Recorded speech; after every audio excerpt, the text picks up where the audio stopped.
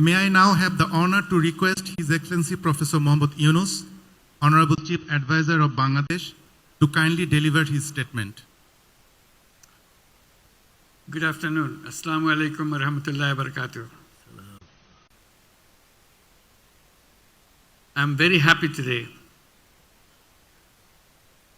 that my longtime friend and also a very deep friend of Bangladesh, His Excellency Dato Seri Anwar bin Ibrahim, Prime Minister of Malaysia, is visiting Bangladesh. And also most important that this is the first visit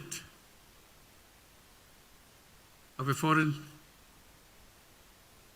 Prime Minister of any country visiting us after we have taken oath to run the government.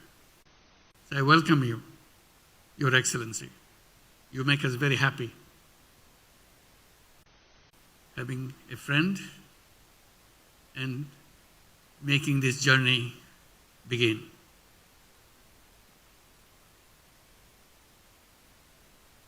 Excellency, as the first guest since the interim government assumed office 2 months back, this is a good omen for us that we have a deep friend coming to see us. I must acknowledge the support from you at the very outset of the formation of our interim government, which manifests your friendship and high importance that Malaysia attaches to its relationship with Bangladesh. My friends, taking advantage of Prime Minister Anwar bin Ibrahim's presence in Dhaka, both of us committed ourselves to revitalize long-standing bilateral issues during our discussions just held. In my conversation, we discussed the unprecedented mass movement leading to the second revolution in Bangladesh, and the people, particularly youth, have made remarkable sacrifice in their quest for freedom and discrimination-free new Bangladesh. The interim government has been entrusted with the formidable task of building an inclusive and just Bangladesh to fulfill the aspirations of the mass people. We deeply appreciate the cooperation of our brotherly country Malaysia at this historic moment. Bilateral relations flourish through shared values, trust, and appreciation of mutual interests. We renewed our commitment to take bilateral relations to a new height.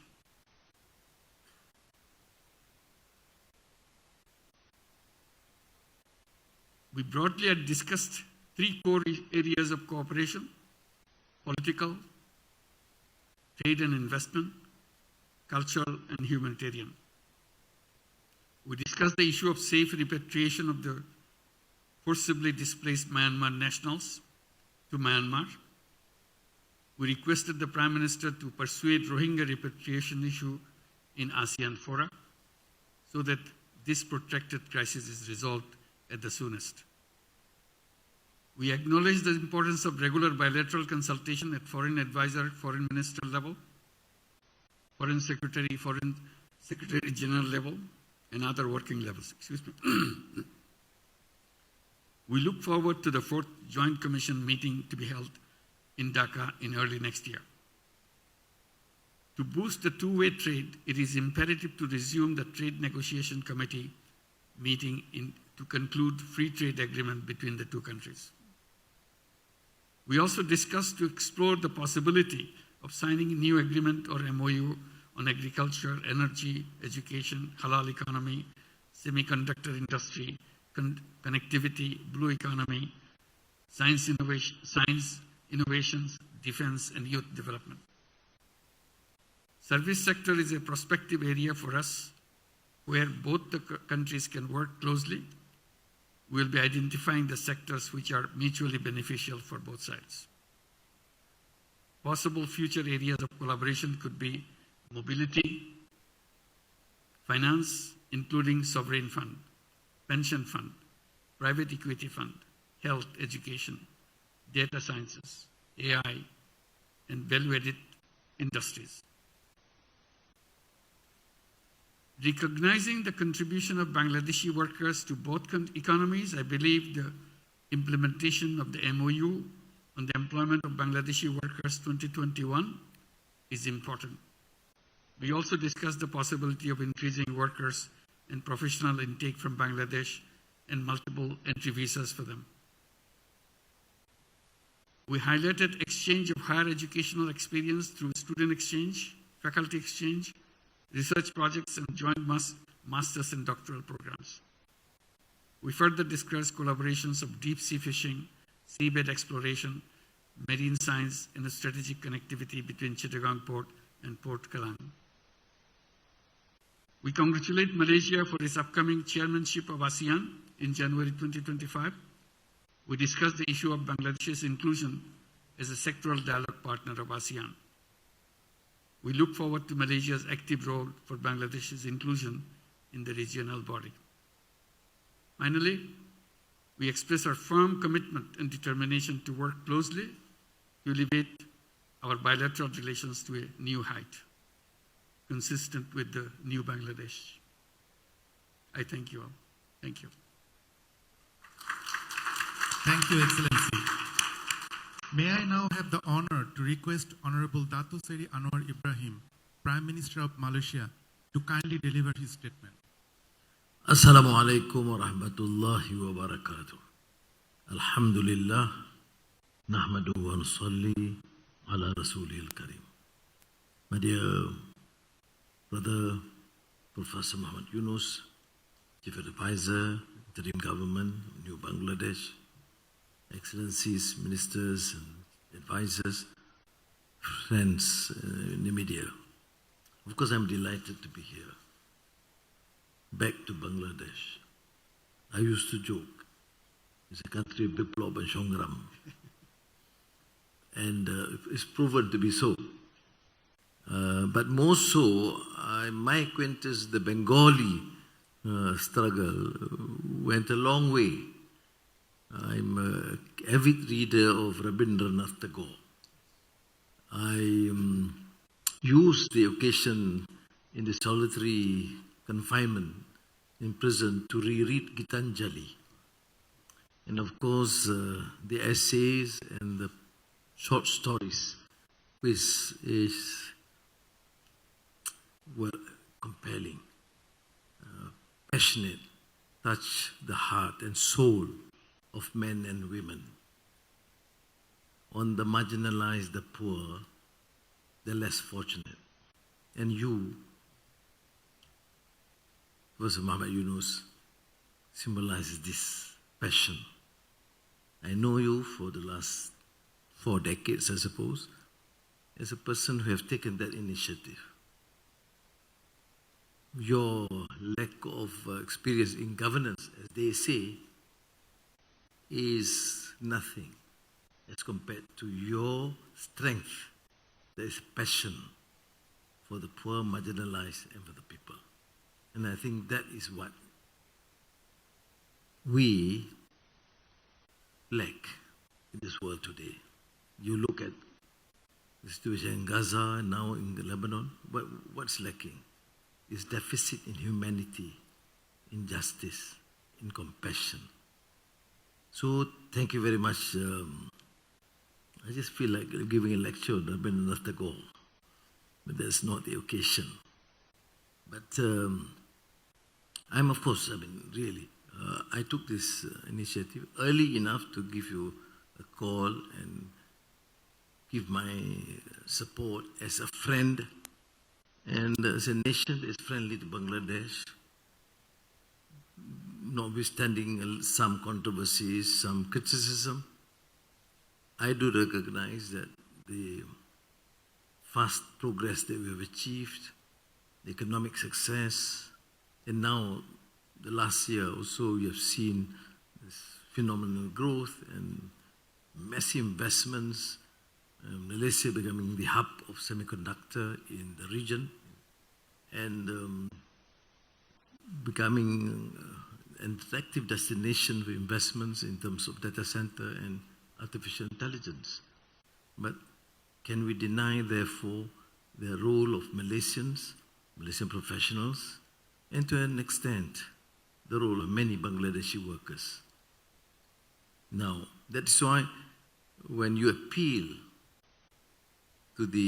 for us to consider the issue of 7,000 or more who were duly registered, but then lost that opportunity because of the political development and uprising here, I will certainly give that a major consideration.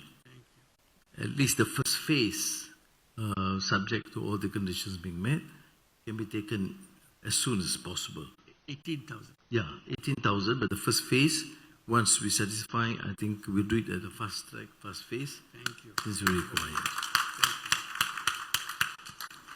And the other issues on investments, of course, we have Malaysian companies here and Bangladeshi companies in Malaysia.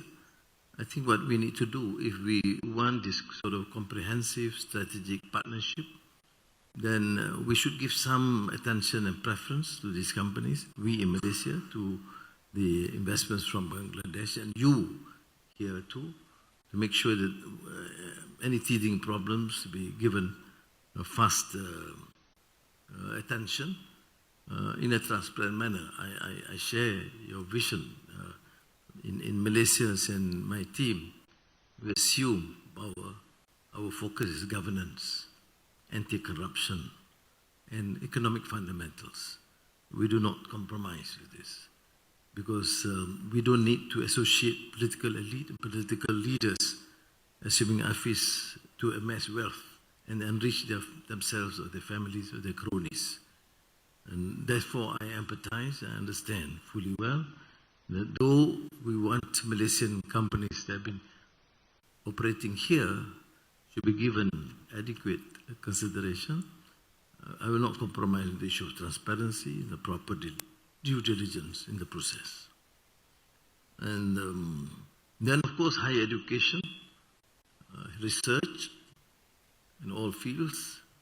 We should look at it and explore and collaborate, and we can fast track. The Minister of Foreign Affairs is here, Minister Michi is here, in terms of the negotiations, whatever form that you want in terms of trade arrangements. But what is important is having the Joint Commission meeting as soon as possible. You suggest probably early next year. I see even if they are ready, they should come earlier. I'm not imposing on them too fast. Then on the ASEAN sectoral dialogue partner, where in the past there were encumbrances, not created by us but some members, because we have to achieve only through consensus. But let me assure you that I will give this some priority. The foreign ministry officials will start connecting with their counterpart, and probably once things seem to be quite settled, then bring up to the attention the foreign minister. If it need be, I will personally interfere and speak to my counterpart. The fortunate thing in the region, ASEAN is, the most peaceful region in the world, fastest growth in terms of the economy. And our relation with our neighbors is excellent. And that is to me important in terms of propelling and giving importance to the economy. And so there are concerns he expressed, and I am satisfied with your assurance, because Malaysia is a multiracial, multi-religious country. We realize that to succeed, we have to recognize the importance of the majority Muslims, and to also respect the rights of those minority or the poor, the marginalized. And I'm assured, thank you for the assurance, because to me, Never mind the exaggeration or the mudslinging by the some parts of the foreign media, but it is, I know you personally, I know your passion about rights of men and women, human rights, human dignity, ihsan or compassion, and now that you are in the government, these principles, I trust you would honor as we have tried. There are, of course, excesses, sometimes in the period which is uncertain, but I fully support your position, and I believe your effort to ensure that this new Bangladesh, which is such vibrant democracy and respect the rights of every single citizen in the country. I do emphasize this because this has been talked about. So I'm very pleased with your candid and sincere response.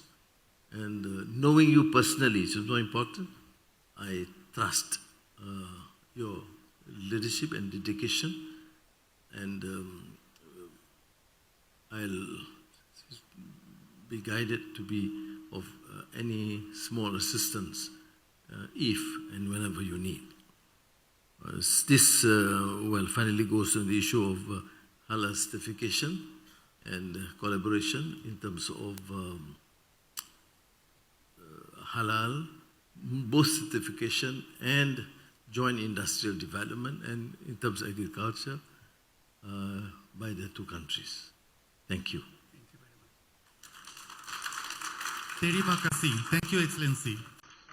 Dear friends from the press and media, honorable dignitaries will now take questions from the floor. Due to paucity of time, we will take a couple of questions. I request you to please be precise and brief while asking your questions. We can start with the UNB, United News of Bangladesh.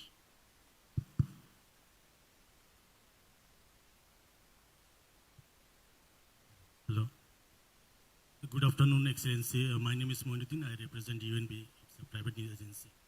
We know migration brings benefit for both countries, but we have seen kind of syndicate in the past years. So what has been discussed to dismantle this kind of syndicate so that migration remains safe and regular? And my second question goes to Honorable Chief Advisor.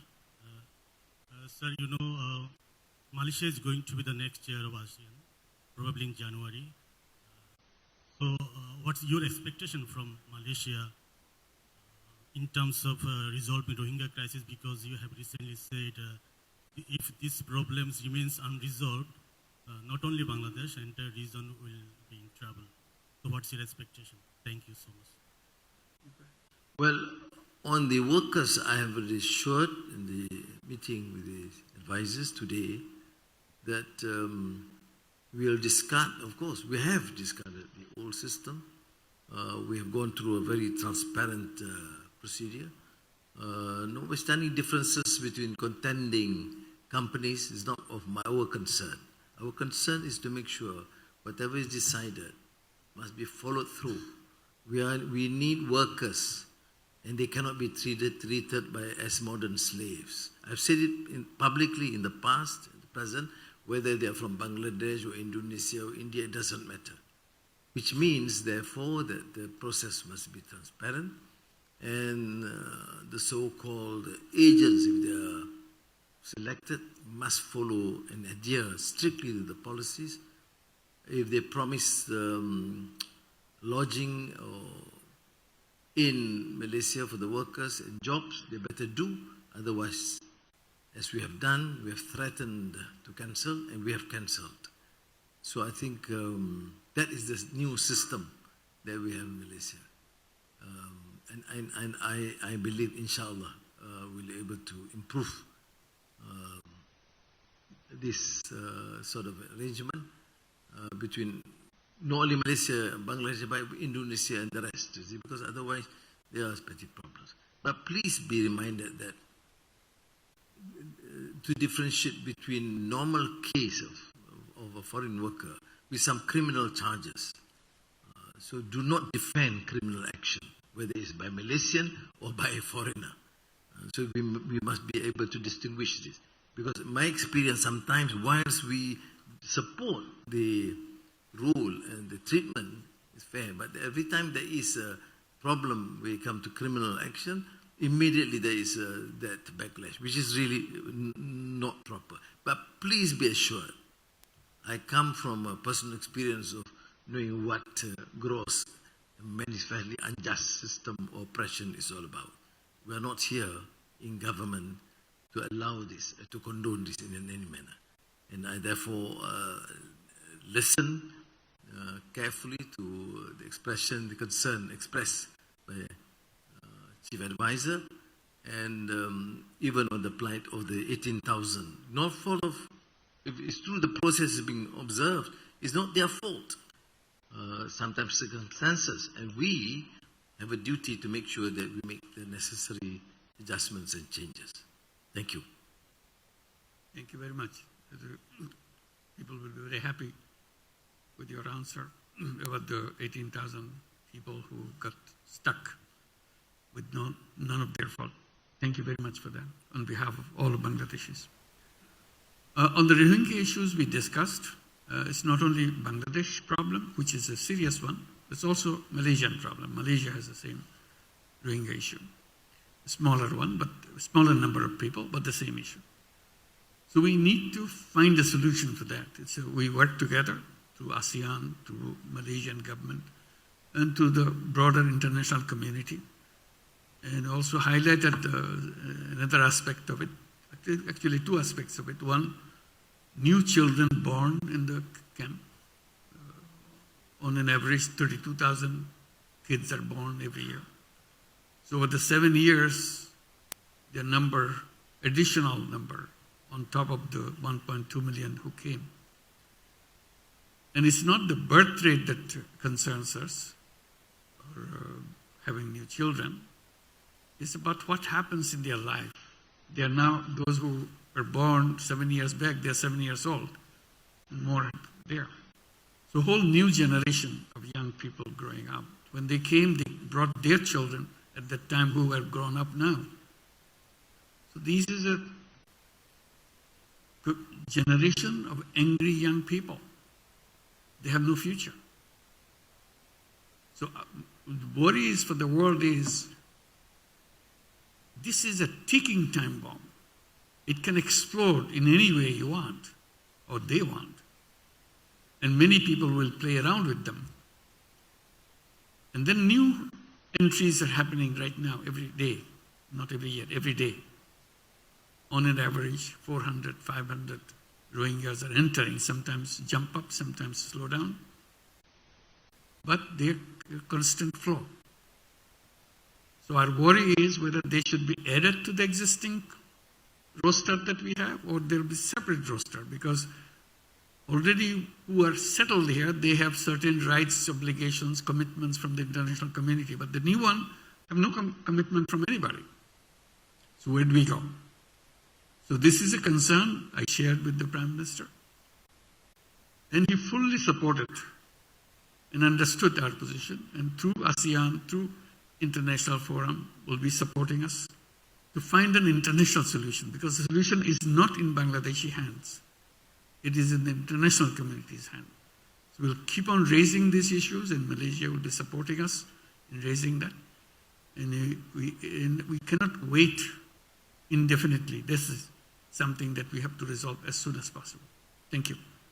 Thank you, Excellency. We'll take one more question from BSS, Bangladesh Sangbad সংস্থা.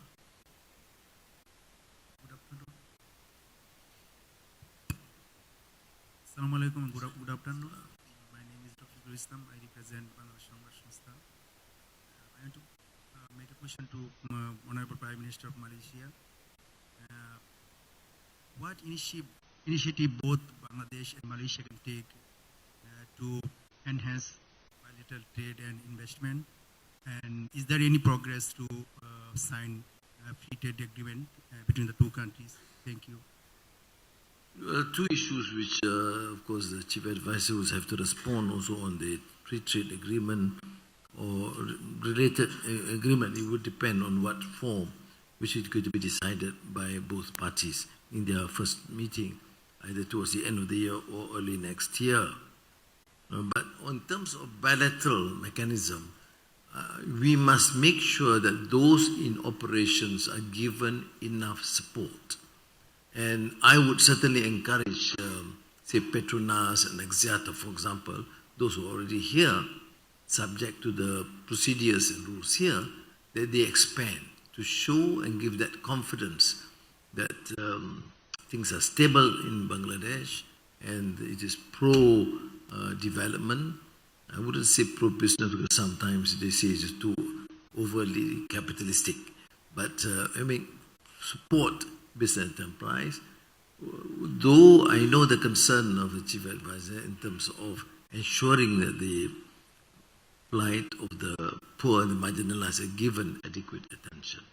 And then in this meeting that they would certainly identify food technology, and it was mentioned just now on digital technology, on semiconductor, on data centers and AI, on energy transition. These are both traditional issues like food technology to the new technology. Now, some areas Bangladesh excel, some areas Malaysia excel. Then we should be able to work together. And what was agreed upon is that we take an open view to explore all facets and all aspects, not confined to the traditional collaboration, but in all fields, including defense, education, research, scientific research. And these areas we must explore. You see, it is unfortunate that we are both friendly nations. We have established diplomatic relations. We have worked together. But always, as I've seen, that the tendency is the obsession with others, with the other countries, other extreme west or extreme east. Fair, we can continue to do what is best for our country, but there's no reason whatsoever why we should not see the strength within our community, particularly in the context of global south. We have to strengthen our own forces.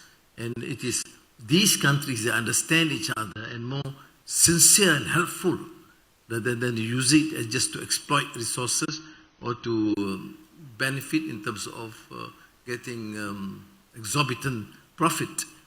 So these issues, I believe, with the Madani philosophy and concept that we promote in Malaysia and what you are trying to do here in Bangladesh, I think we should start and explore to the best of our ability. Thank you. Thank you, Excellency. Ladies and gentlemen, with this, the press appearance ends here today. Thank you all very much for joining with us today. Terima kasih. Thank you.